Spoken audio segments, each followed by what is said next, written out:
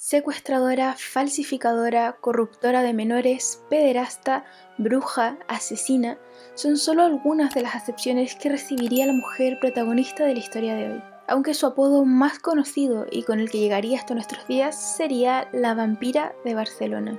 Una mujer despiadada que secuestraba, prostituía y asesinaba niños a los que también les extraía la sangre, las grasas y el tuétano de los huesos para elaborar pócimas mágicas. Una historia que parece la clásica leyenda del hombre del saco para asustar a los niños más pequeños, pero que lejos de ser una leyenda pertenece a la realidad. Conocida también como la Jack la Destripadora de España, ¿quién era esta mujer? ¿Por qué lo hacía? ¿A cuántos niños asesinó? ¿Qué les hacía?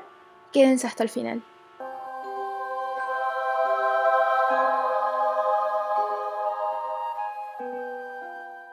Muy buenos días y por si no nos vemos luego, buenos días, buenas tardes y buenas noches.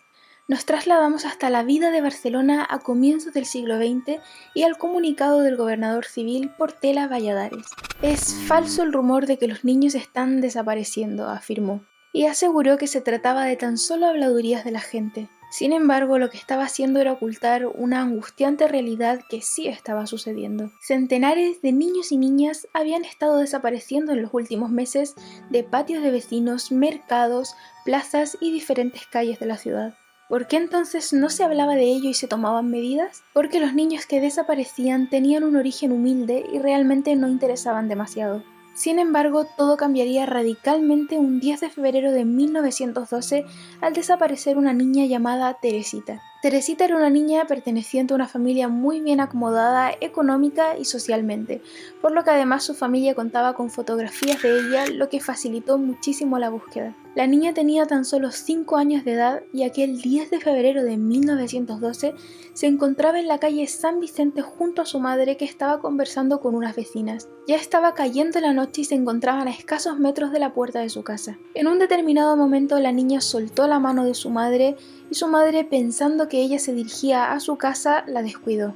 Al cabo de varios minutos la mujer decidió entrar en su casa y su marido, al ver que no iba acompañado de la niña, le preguntó que dónde estaba Teresita. Ella, aterrada, lanzó un grito y bajó corriendo a la calle en busca de la niña, pero ya era demasiado tarde, pues no había ningún rastro de ella. Lo que le había ocurrido a Teresita lo sabrían más adelante, y era que tanto la niña como la madre desconocían que una extraña mujer se encontraba acechándolas.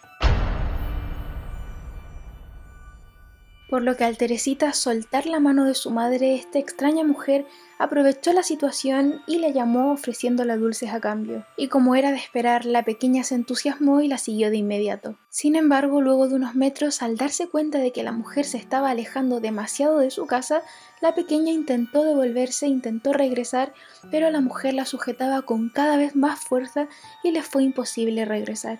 La pequeña intentó soltarse de la mujer, pero para evitar que la niña siguiese gritando, la mujer la cubrió con una sábana negra y la envolvió. Luego la cogió en brazos y se la llevó en mitad de la noche. Al llegar a su casa le cortó el pelo, le dijo que ahora se llamaba Felicidad y que sus padres habían muerto, por lo que ahora ella era su nueva madre. Barcelona se volcó de lleno con este caso y pasaron 2 semanas en que todo el mundo la buscaba. Teresita Guitart era el tema del que todo el mundo hablaba. Sin embargo, y pese a los muchos esfuerzos de la policía y también civiles, no había rastro de la pequeña.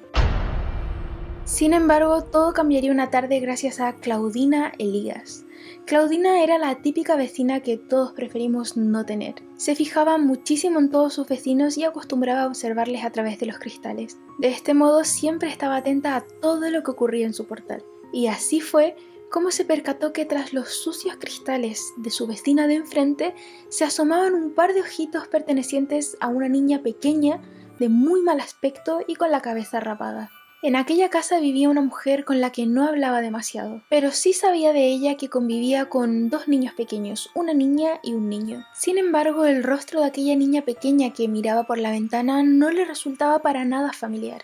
Así que inmediatamente decidió comentárselo a su amigo el colchonero del barrio, y le comentó a ver si se va a tratar de aquella niña desaparecida, Teresita. Así que el colchonero se lo hizo saber a la policía y ésta a su jefe, el brigada Ribot.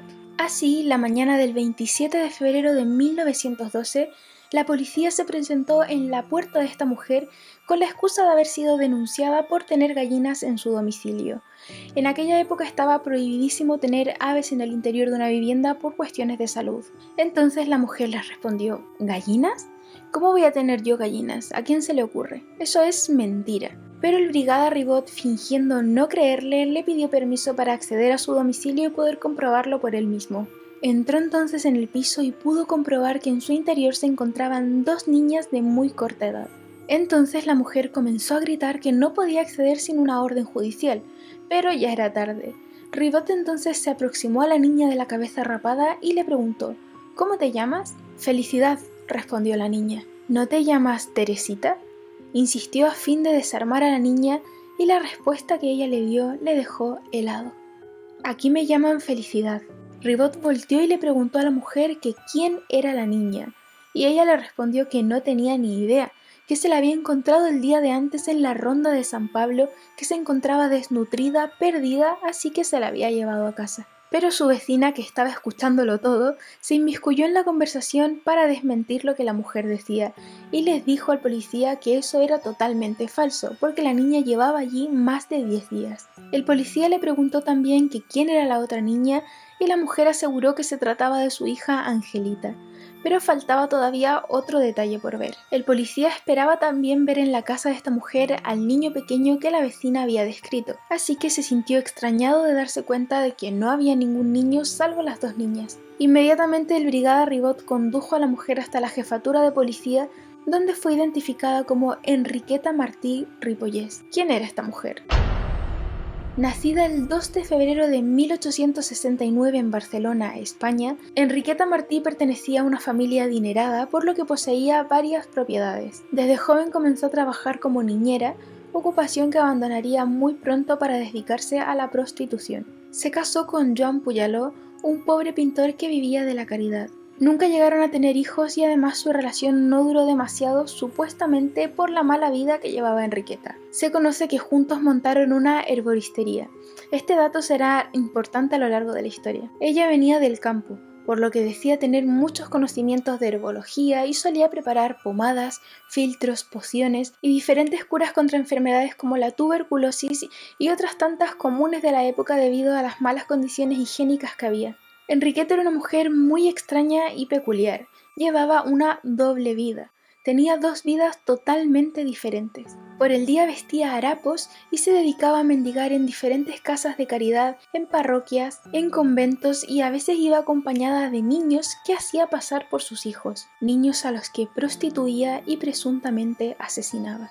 Y por las noches se transformaba y era otra persona. Vestía ropas lujosas, sombreros de plumas, pelucas, vestidos a confección. También acudía a lugares a los que solía asistir la clase alta de Barcelona, lugares como el casino de Arrabasada. Se cree que en este lugar ofrecía sus servicios como proxeneta especializada en niños pequeños y que sus clientes eran altos cargos de la sociedad barcelonesa. Fue en 1909 cuando Enriqueta tuvo su primer contacto con la ley, tras ser detenida por regentar un prostíbulo en la calle Minerva de la ciudad condal. Allí ofrecía los servicios sexuales de niños de entre 5 a 16 años. Pero pese a ser detenida y tener una situación judicial, este proceso legal no prosperó debido a que alguien, presuntamente muy poderoso y del cual no se tiene conocimientos de su identidad hasta el día de hoy, intervino para que no ocurriese. Además, se conoce que su expediente se perdió extrañamente, por lo que Enriqueta Martí salió en libertad.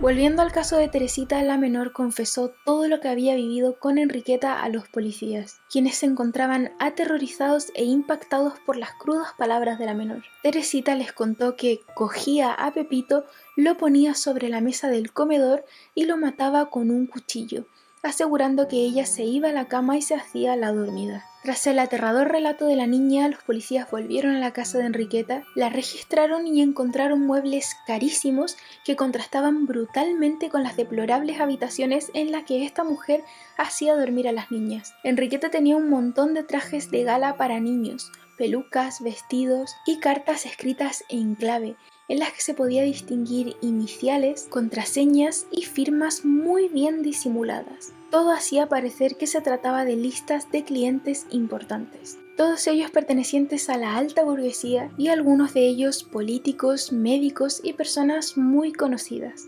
Aunque posteriormente se dijo en los medios que las listas solamente eran los nombres de personas adineradas a las que Enriqueta solía mendigarles con regularidad. ¿Ustedes qué piensan? Tras toda su declaración, Teresita fue devuelta a sus padres, aunque con graves traumas por lo que había vivido en estas 2 semanas. Por otro lado, Angelita, la niña que Enriqueta aseguraba que era su hija, confesó que Enriqueta las alimentaba con pan duro, comida para aves y que solía golpearlas. También les había prohibido salir a la calle y asomarse a cualquier ventana. Evidentemente también se dudó de la veracidad de que esta niña fuese realmente su hija. Enriqueta sostenía que era hija de un hombre llamado Juan, un ex amante suyo, pero la policía contactó con este hombre y este les confesó que no veía a Enriqueta desde hace más de 10 años y que definitivamente no tenían ni siquiera una hija en común, que aquella niña no era suya, y también les contó que Enriqueta solía mentir con hijos que no eran suyos, con embarazos y también algunos abortos. Enriqueta también fue sometida a un examen que determinaría si alguna vez había sido madre, y los resultados de estos exámenes fueron negativos. Nunca había dado a luz. Tras una ardua investigación policial se pudo determinar finalmente el origen de la niña Angelita. Enriqueta había asistido al parto de su cuñada María, quien al momento de dar a luz fue engañada por Enriqueta, quien le dijo que su bebé había muerto, pero por supuesto esto no había sido así, sino que lo que Enriqueta quería era quedarse con la niña para siempre. Los agentes también encontraron en el domicilio de Enriqueta un saco que en su interior tenía un traje de niño y un cuchillo para desollar completamente repleto de sangre, y en otra de las habitaciones huesos de niños. Además se encontraron frascos de cristal que contenían sangre y grasa. Todos estos frascos tenían etiquetas que indicaban cómo utilizar su contenido. Se trataba de pócimas mágicas medicinales. Enriqueta intentó justificarse diciendo que ella lo que hacía era elaborar remedios caseros utilizando partes del cuerpo humano. Esta mujer sabía que su condena no sería poca, por lo que antes de ser condenada pronunció unas palabras que calaron en la cabeza de todos. Como sé que me subirán pronto al patíbulo, quiero que conmigo suban los demás culpables, dejando entrever que todo esto no lo había realizado sola y que había más personas que debían pagar por lo que había sucedido aquí. Finalmente fue encarcelada en la prisión de mujeres Reina Amalia, pero no murió en el patíbulo ni aporreada por otras reclusas como se solía creer, sino que murió a causa de un cáncer de útero y fue enterrado en una fosa común en el cementerio del Sudoeste en Barcelona.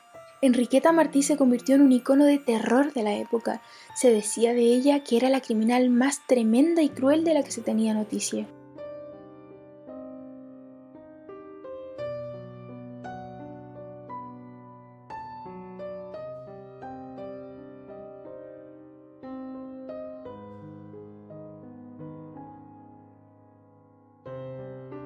En pleno auge de este tema, a mediados de abril, se produciría el choque del Titanic y sería la cortina de humo perfecta para que todos dejasen de hablar de Enriqueta y sus crímenes, por lo que los medios se inundaron de noticias del transatlántico y olvidaron para siempre a la vampira de Barcelona. Películas, documentales que les recomiendo y más cositas al respecto lo tienen en la cajita de información. Si les ha gustado este vídeo no se olviden de dejarme un dedito arriba y suscribirse si no lo han hecho. Nos vemos la próxima semana.